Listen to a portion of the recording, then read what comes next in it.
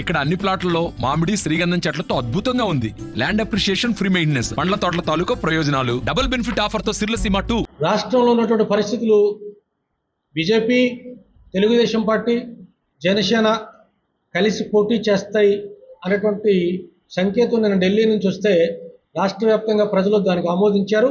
రాబోయే ప్రభుత్వం BJP, Janasena, TDP కూటమి అనేటువంటిది ప్రజలు నిర్ధారణకు వచ్చారు. ఇది ఒక భాగం. 2019 ఎన్నికల్లో గాజువాక శాసనసభ నుంచి మా పార్టీ అధినేత శ్రీ పవన్ కళ్యాణ్ గారు పోటీ చేశారు. పోటీ చేసినప్పుడు అనేక కారణాల వల్ల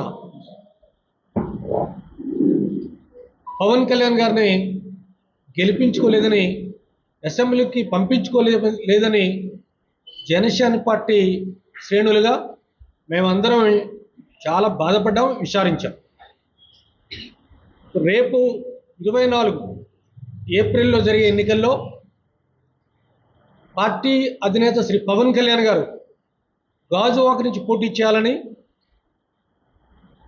మా పార్టీ వార్డు అధ్యక్షులు, ముఖ్య నాయకులు, రాష్ట్ర నాయకులు, కార్పొరేటర్లు అందరూ తాలూకా ఏకాభిప్రాయం. గాజువాక నియోజకవర్గంలో పరిష్కారం కాక దశాబ్దాల తరబడి అనేక సమస్యలు ఉన్నాయి. అవి కేంద్ర ప్రభుత్వం, రాష్ట్ర ప్రభుత్వంతో ప్రత్యేకంగా లింక్ ఉంది. వాటికి అవి పరిష్కారం అవ్వాలంటే శ్రీ పవన్ కళ్యాణ్ గారు ఒక సమర్థవంతమైనటువంటి నాయకుడు, ఢిల్లీ కేంద్రంలోనూ రాష్ట్రంలోనూ శాసించగలిగే వ్యక్తి అయితే ఈ సమస్యలు పరిష్కారం అవుతాయి. విశాఖపట్నం స్టీల్ ప్లాంట్ ప్రైవేటీకరణ ఉంది. స్టీల్ ప్లాంట్ ప్రైవేటీకరణ కేంద్ర ప్రభుత్వం ఆ ప్రపోజల్ పెడితే రాష్ట్ర ప్రభుత్వం దాన్ని ఆమోదించింది. రాష్ట్ర ప్రభుత్వం మన తరపు, ప్రజల తరపు పోరాడకుండా అమ్మేసుకున్నా పర్వాలేదని కన్సెంట్ ఇచ్చింది. సో అది కేంద్ర ప్రభుత్వంతో మాట్లాడి ప్రభుత్వ రంగంలో ఉండడానికి పవన్ కళ్యాణ్ గారు మాత్రమే చేయగలరు. అందుకు ఆయన రావాలి ఇక్కడికి. ఇలా గంగవరం పోర్టు, భూములు ఇచ్చినటువంటి గంగవరం పోర్టు కానీ, విశాఖపట్నం పోర్టుకి కానీ భూములు ఇచ్చినటువంటి నిర్వాసితులు ఉపాధి లేక దశాబ్దాల తరబడి ఎదురు చూస్తున్నారు. ఈ సందర్భంగా పవన్ కళ్యాణ్ గారు గాజువాక నుంచి పోటీ చేసి ఎమ్మెల్యేగా అసెంబ్లీకి వెళ్తే ఆ సమస్య పరిష్కారం అవుతుందని నిర్వాసితుల తాలూకా ఆలోచన, అభిమతం. మరొక పక్క ఏపీఐఐసి ద్వారా భూములు ఇచ్చి జగ్గరాజపేట కానీ, వడ్లపూడి కానీ, తుంగలం లాంటి గ్రామాల్లో 3 దశాబ్దాల నుంచి సమస్య పరిష్కారం కాకుండా ఉన్నటువంటి నిర్వాసితుల సమస్య, అది రాష్ట్ర ప్రభుత్వంతో ముడిపడి ఉంది. ఈ 3 కాకుండా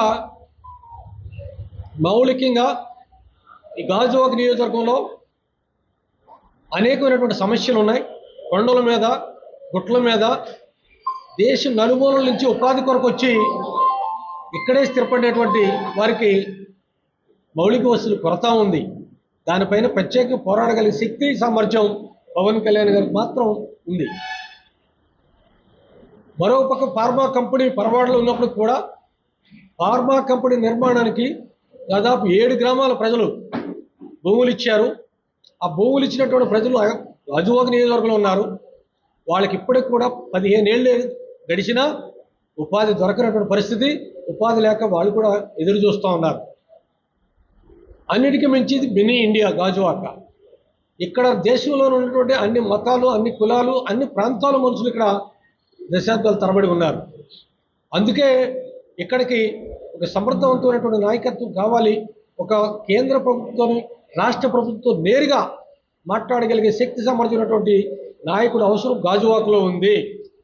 అందుకు గాజువాకలో పవన్ కళ్యాణ్ గారు పోటీ చేయాలని జనసేన పార్టీ ఒకటే కాదు, అటు మిగతా ప్రజలు, మిగతా పార్టీల వారు కూడా కోరుకుంటూ ఉన్నారు. ప్రజలైతే ఒకసారి తప్పు చేశాం, ఒక మంచి మనిషిని, చిత్తశుద్ధితో ఆలోచించే మనిషి, భవిష్యత్తును అంచనా వేయగలిగే మనిషి పవన్ కళ్యాణ్ గారిని ఓడించాం అని బాధపడతా ఉన్నారు ప్రజలు కూడా. దానికి నిదర్శనం మొన్న మా వారాహి యాత్రలో భాగంగా పవన్ కళ్యాణ్ గారు వస్తే ఈ రాష్ట్రంలో ఎక్కడా లేనంత సభ గాజువాక నడిపడం జరిగింది. ఆ రోజు పూర్తిగా పొరపాటు చేశాం, మిమ్మల్ని ఓడించి మరొకసారి అవకాశం ఇవ్వండి, మేమందరం కూడా గాజువాక నుంచి మిమ్మల్ని గెలిపించుకుంటామని చెప్పారు. అందుకు గాజువాక నియోజకవర్గంలో పవన్ కళ్యాణ్ గారు పోటీ చేయడానికి కావలసిన ఏర్పాట్లు కూడా మా కార్యవర్గం మొత్తం చేసింది. ఇప్పటికే ఎక్కడా లేని విధంగా రాష్ట్రంలో ఓ పక్క జిల్లా స్థాయి నుంచి బూత్ కమిటీ వరకు గాజువాకలో నిర్మాణం జరిగి ఉంది. ఇన్ఫ్రాస్ట్రక్చర్ పూర్తిగా క్రియేట్ అయ్యి ఉంది. వార్డు కార్యవర్గం ఉంది, వార్డు అధ్యక్షులు ఉన్నారు, అనేక ఎన్నికల్లో అనుభవం ఉన్నటువంటి సీనియర్ నాయకులు ఉన్నారు ఎలక్షనీరింగ్ చేయడానికి. పవన్ కళ్యాణ్ గారు ఇక్కడ పోటీ చేయాలని, పవన్ కళ్యాణ్ గారు వలనే భవిష్యత్తు కలుగుతుందని ఆశతో వాళ్ళు కూడా ఎదురుచూస్తూ ఉన్నారు. అందుకు మాకు దేశం గర్వించదగ్గ నాయకుడు పవన్ కళ్యాణ్ గారు.